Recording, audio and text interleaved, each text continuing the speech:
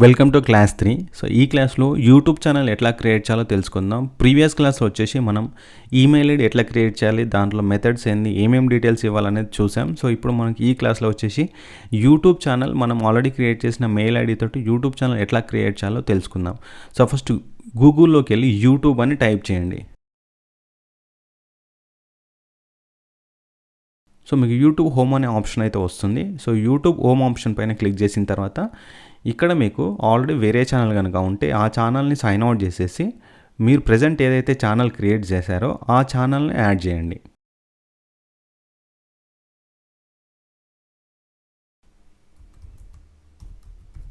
So మనం కొత్త email ID తోటి లాగిన్ చేసిన తర్వాత మనకు ఈ డాష్బోర్డ్ అయితే వస్తుంది. సో దీంట్లో ఇక్కడ మీకు కొత్తగా అంటే ఫస్ట్ టైం మనము ఛానల్ క్రియేట్ చేసేటప్పుడు ఇక్కడ క్రియేట్ ఏ ఛానల్ అనే ఆప్షన్ అయితే వస్తుంది. సో దానిపైన క్లిక్ చేయండి. క్లిక్ చేసినప్పుడు మీకు ఇక్కడ 2 ఆప్షన్స్ అయితే వస్తాయి. ఒకటి నేము, సెకండ్ వచ్చేసి హ్యాండిల్. సో దీంట్లో అప్లోడ్ పిక్చర్ 3 ఆప్షన్స్ అయితే మనకు అవైలబుల్లో ఉన్నాయి. సో ఫస్ట్ ఆప్షన్ వచ్చేసి నేమ్.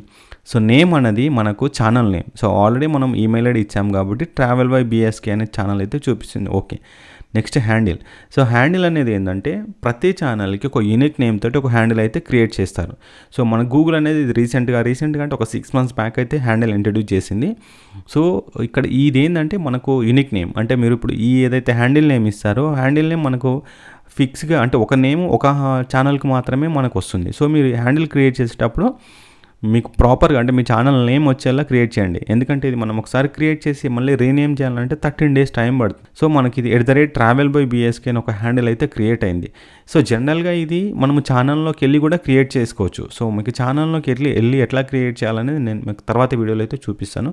సో ఇప్పుడైతే మనకు బేసిక్ ఛానల్ క్రియేషన్ సెటప్ అయితే మనకు స్టార్ట్ అయింది. So next create channel.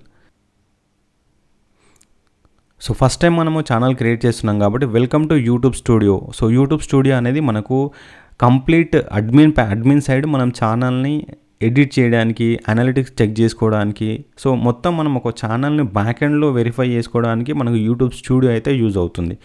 So next మీరు కంటిన్యూ పైన క్లిక్ చేయండి. సో చూడండి మనకు ఛానల్ అయితే క్రియేట్ అయిపోయింది. సో బేసిక్ ఆప్షన్స్ వచ్చేసి మనకు డాష్బోర్డ్ ఉంది, content, analytics, comments, sub titles, copyrights and settings. ఈ బేసిక్ ఆప్షన్స్ అయితే దీంట్లో ఉంటాయి. సో మనం ఇంకా వీడియోస్ ఏం అప్లోడ్ చేయలే కాబట్టి మనకు అప్లోడ్ వీడియోస్ అయితే చూపిస్తుంది. ఇప్పుడు కరెంట్ సబ్స్క్రైబర్ చూడండి 0 ఉంది, వ్యూస్ అండ్ 0. సో ఇది మనం ఫ్రెష్గా కొత్త ఈమెయిల్ ఐడి తోటి క్రియేట్ చేస్తున్నాం కాబట్టి ఇంకా వీడియో కంటెంట్ అయితే దీంట్లో ఏది అప్లోడ్ చేయలేదు. సో ఫస్ట్ దీంట్లో మనకు ఒకసారి ఎన్ పైన క్లిక్ చేస్తే మనకు మానిటైజేషన్ పాలసీ రూల్స్ చూపిస్తుంది. సో ఇక్కడ చూడండి బికమ్ ఏ పార్ట్నర్. మనము మానిటైజేషన్ పాలసీస్ రూల్స్ కనుక క్లియర్ చేస్తే అంటే మనకు 1000 సబ్స్క్రైబర్స్ 4000 వాచ్ అవర్స్ కంప్లీట్ చేస్తే మనకు యూట్యూబ్ పార్ట్నర్గా ఉండే ఛాన్స్ అయితే వస్తుంది. సో మనం ఈ యూట్యూబ్ మానిటైజేషన్ పాలసీస్ కనుక క్లియర్ చేస్తే మనకు అప్పటి నుంచి మన యూట్యూబ్ ఛానల్లో మనీ అయితే స్టార్ట్ అవుతుంది. సో చూడండి మనకి ఇక్కడ మెయిన్ వచ్చేసి హౌ టు ఐ జాయిన్ అంటే యూట్యూబ్ మానిటైజేషన్ పాలసీస్ మనం ఎట్లా క్లియర్ చేయాలనేది. సో 1000 సబ్స్క్రైబర్స్ క్లియర్ చేయాలి అండ్ అట్లాగే 365 daysలో 4000 వాచ్ అవర్స్ కంప్లీట్ చేయాలి. ఇవన్నీ కంప్లీట్ అయిపోయిన తర్వాత ఛానల్ మానిటైజేషన్ అయితే అవుతుంది. సో ఫస్ట్ మనం ఛానల్ ఉన్న బేసిక్స్ ప్రాసెస్ చూద్దాం. సో ఫస్ట్ మనకు డాష్బోర్డ్ ఉంటుంది. సో డాష్బోర్డ్ తర్వాత కంటెంట్. సో కంటెంట్ ఏంటంటే మనకు ఛానల్లో ఏమేమి వీడియోస్ ఉంటాయి అంటే మనం ఎన్ని వీడియోస్ అప్లోడ్ చేస్తున్నాం, వాటి ప్రొసీజర్ ఏందనేది అర్థమవుతుంది. సో పైన తీసుకుంటే మనకు వీడియోస్, షార్ట్స్. ఇంతకుముందు వీడియోస్, షార్ట్స్ కంబైన్డ్గా చూపించేది. సో యూట్యూబ్ ఏమైందంటే రీసెంట్ అప్డేట్లో మనకి వీడియోస్ అనేది సపరేట్ ఆప్షన్ చూపిస్తుంది, షార్ట్స్ అంటే మీరు in case YouTube videos upload చేస్తే మనకు వీడియోస్లో యూట్యూబ్ లిస్ట్ వస్తుంది. మీరు షార్ట్స్ వీడియోస్ అప్లోడ్ చేస్తే షార్ట్ వీడియోస్ దాంట్లో లిస్ట్లో షార్ట్ వీడియోస్ వస్తాయి.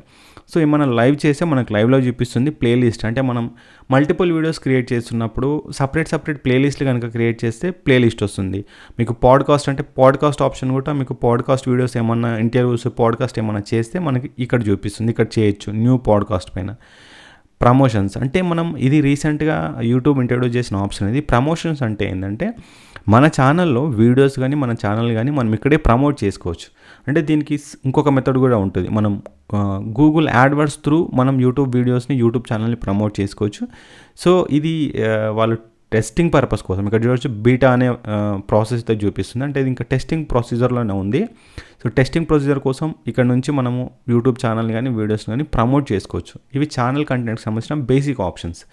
సో అనలిటిక్స్లో మనకు ఎన్ని వ్యూస్ వస్తాయి, అనలిటిక్స్లో వచ్చేసి మనకి ఎన్ని వ్యూస్ వచ్చాయి, సో వాటికి సంబంధించిన సబ్స్క్రైబర్స్ ఎంత, వాచ్ టైం ఎంత వచ్చింది, ఇవన్నీ కంప్లీట్ ఈ ప్రొసీజర్లో అంటే ఇక్కడ చూపిస్తాయి.